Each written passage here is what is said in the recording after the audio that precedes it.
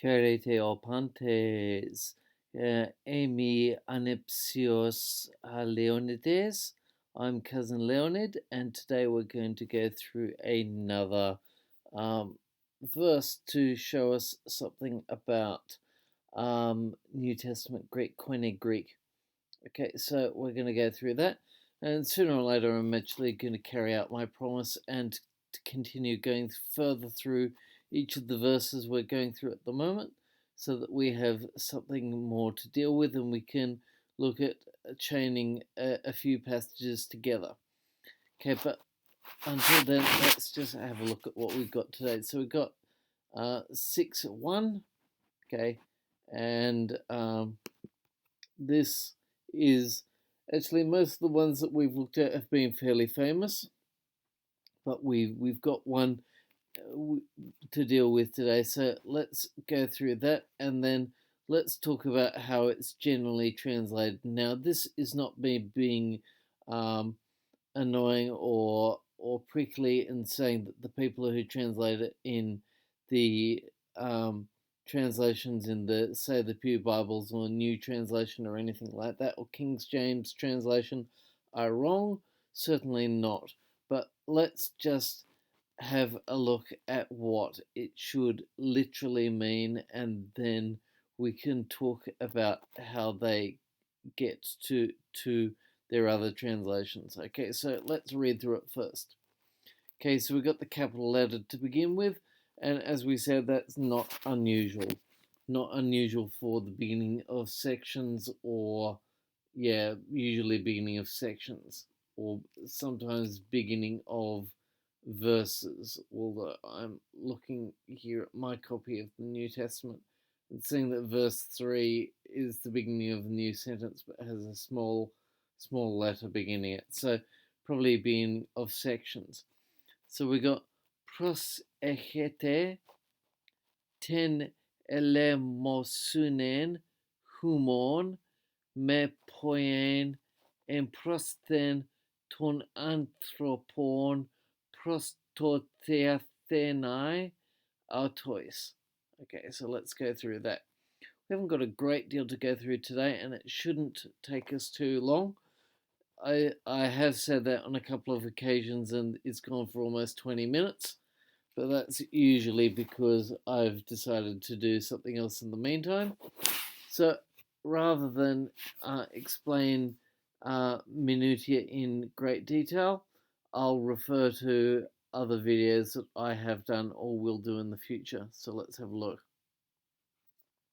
So we start with prosechete, okay, and what we've got there is a command, okay, prosechete, okay, and then we've got 10, okay, so we can see with the 10, that's a definite article, and very often, but not invariably, it will go next to the noun it describes. So we can see the 10, okay, it's got to be accusative and feminine. It goes with the word next to it, the mosunen, okay, which is also feminine and accusative, so no surprises there. Okay, humon, that's going to be a pronoun and it's going to be genitive plural. Okay, me, okay, so that's negative and it's a variant on the use of u or uk. Okay, and we'll talk about that very briefly in a moment. Then we've got the improsthen, that's going to be an adverb. Okay, it's almost going to be a kind of preposition, but we'll talk about that in a moment. Then we've got the torn and the anthropon. That looks, we can see it's going to be genitive plural. And the great news is that the genitive plural always ends with an omega nu, with the exception of some words which are indeclinable, which we'll get to when and as we come to them. But we can still see what case they are by seeing the definite article, and the definite article is always declinable. Okay, pros, then we got to, we got tia tenai. We may not think it, but okay, that tia tenai, you may remember that from the series that we've done on the aorist. There we've got an aorist passive infinitive. And what we've got is that in Greek, okay, not in Latin, not really in English either, okay, we can have the infinitive with a definite article.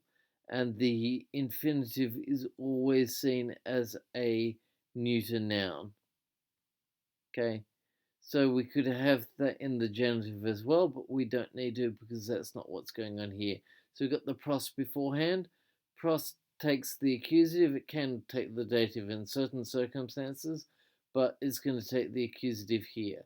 So there's always a reason for the case that it is. We've got the autois. Okay, we may not recognize that. That's going to either be a pronoun or an adjective. I think it's going to be a pronoun here. And it's going to be in the dative case. We can work that out. So let's go through that. So prosecete. So we got provide. We got provide. Ten elemosunen. Okay, your charitable offering. Okay, I actually think that there are going to be some. I'm just looking at my text here in my Greek New Testament, and I've got dikaiosunen. Okay, now dikaiosunen out of interest means justice in classical Greek, and it's given if you look it up in the dictionary, it will refer specifically to this verse and say that here it means your offering to God for charitable works. Okay, so provide your charitable works offering. Okay, okay, and then we've got me, not in, okay, poien, to do it in front of, that's the improsthen, in front of ton anthropon. That's kind of neat because then we have a genitive in front of humans, people. Okay, it will say in many biblical translations, it will say in front of men, but strictly the ton anthropon would mean people of any gender. Okay, of which there are of course only two genders. That's okay. And then we've got the pros, tot, theani, autois. Let's have a look at that. Now that's in fact a very English way of doing it. There are a number of ways that we could do it in classical Greek, and probably a number of ways we could do it in Koine Greek as well. But what we've got is in front of people in order to be seen. So we've got the theathenai. Okay, so we talked about that being an aorist passive infinitive. So teao is to watch, so we've got our word theatre, so the place where you watch.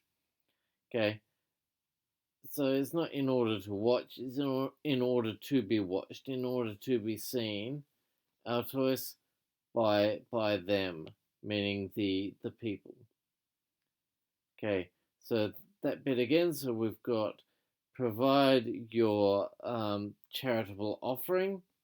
Okay, um, so as not to so as not to do the action in front of people in order to be seen by them. And that in order to be seen, there are a number of ways of doing in order to in Greek, and there are even more in, actually, there are probably the same number in Latin. But here we've got something that is very similar to what we've got in English. So we've got a direction to, and then we've got an infinitive. Okay, so that is not uncommon or not dissimilar to what we do in English. Okay, so we'll stop there, and I'll refer you again to the videos that we've done on the aorist, uses of the aorist, and particularly the one on the aorist passive. Okay, so I'll say chairete for now, and I'll talk to you again later.